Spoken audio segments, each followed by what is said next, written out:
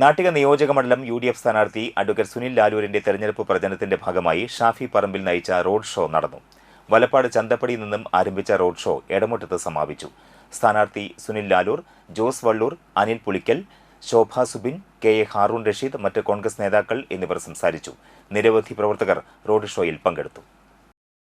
എന്റെ ചെറിയൊരു സംശയം, ഒരു സിറ്റിംഗ് MLA കൂറുമാറി BJPയുടെ സ്ഥാനാർത്ഥിയായിട്ട് മത്സരിക്കുമ്പോൾ കേരളത്തിന്റെ മുഖ്യമന്ത്രിക്ക് എന്താണ് നോവാത്തത് എന്ന് മനസ്സിലാവുന്നില്ല.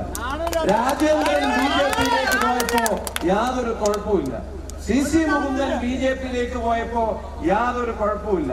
അജിത്ത് BJP പോയി മത്സരിക്കുമ്പോ യാതൊരു കുഴപ്പമില്ല. ബാക്കി UDFനോടോ നമ്മളോടോ മതേതര ശക്തികളോടൊപ്പം ആരെങ്കിലും നിന്നാൽ അത് വലിയ പ്രശ്നമാണ് മുഖ്യമന്ത്രിക്ക്. എന്ന് വെച്ചാൽ ചുരുക്കി പറഞ്ഞ ഡീല് CJP ആണ്. ആ ഡീലിനെ നമ്മൾ പൊളിക്കും.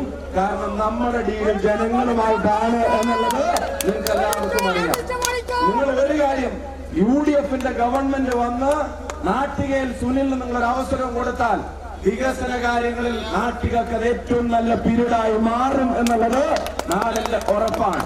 അതുകൊണ്ട് അനിവാര്യമായ ഭരണമാറ്റത്തിന് നേതൃത്വം നൽകുമ്പോ അതിന്റെ മുമ്പിൽ നാട്ടിക ഉണ്ടാവില്ലേ? പിന്നെ BJPയുടെ കാര്യം നിങ്ങൾക്ക് അറിയാം. തെരഞ്ഞെടുപ്പ് കമ്മീഷൻ ഇറക്കുന്ന കത്തി പോലും ഇപ്പൊ അവരുടെ സീലാണ് പുറത്തു വരുന്നത്. എന്താ അവിടെ നടക്കുന്ന ഏർപ്പാട് നിങ്ങൾക്ക് അറിയാം. എന്തായാലും നാട്ടികയിലും കേരളത്തിലും ആ സീൽ അധികം ഒന്നും വിരിയാൻ പോകുന്നില്ല എന്നുള്ളത് നിങ്ങൾക്ക് എല്ലാവർക്കും അറിയാം.